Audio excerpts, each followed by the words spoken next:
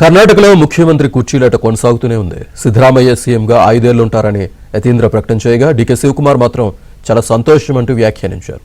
దీంతో సీఎం సీటుపై పంచాయతీ నెలకొంది.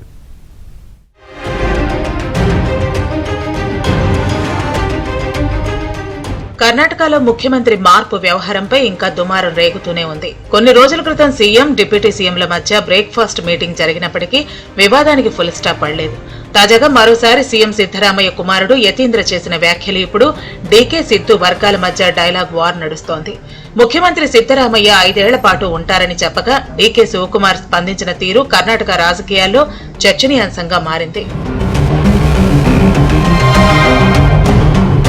సోమవారం నాడు కన్నడకు చెందిన ఓ వార్తాపత్రికకు సిద్ధరామయ్య కుమారుడు యతీంద్ర ఇంటర్వ్యూ ఇచ్చారు. సీఎం మార్పు ఉండదని, సిద్ధరామయ్యే పూర్తికాలం పదవిలో కొనసాగుతారని చెప్పారు. అయితే బెళగావిలో జరుగుతున్న కర్ణాటక అసెంబ్లీ సమావేశాలకు డిప్యూటీ సీఎం డీకే శివకుమార్ హాజరయ్యారు. యతీంద్ర వ్యాఖ్యలపై మీడియా ప్రతినిధులు ప్రశ్నించగా చాలా సంతోషం, అంతా మంచే జరగాలంటూ డీకే కామెంట్ చేశారు.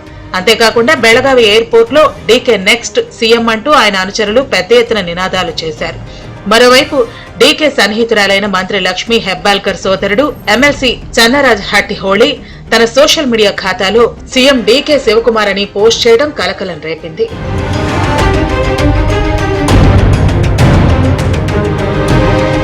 ఇదిలా ఉంటే బెళగావిలో ఉన్న సీఎం సిద్ధరామయ్య, డీకే శివకుమార్ కలిసి కార్యక్రమంలో పాల్గొన్నారు. దేశంలో 2వ అతిపెద్ద జెండాను ఆవిష్కరించారు. ఖాదీ వస్త్రంతో తయారు చేసిన జాతీయ జెండాను ఆవిష్కరించడంతో సంతోషంగా ఉందంటూ సీఎం సిద్ధరామయ్య తెలిపారు. ఈ పరిణామాలపై పలువురు మంత్రులు స్పందించారు. కర్ణాటక కాంగ్రెస్ పార్టీలో ఎలాంటి గందరగోళం లేదని, అధిష్టాన నిర్ణయమే అంతిమమని స్పష్టం చేశారు. అయితే నేతలు బహిరంగ ప్రకటనలు చేసేటప్పుడు బాధ్యతాయుతంగా ఉండాలని హితవు పలికారు.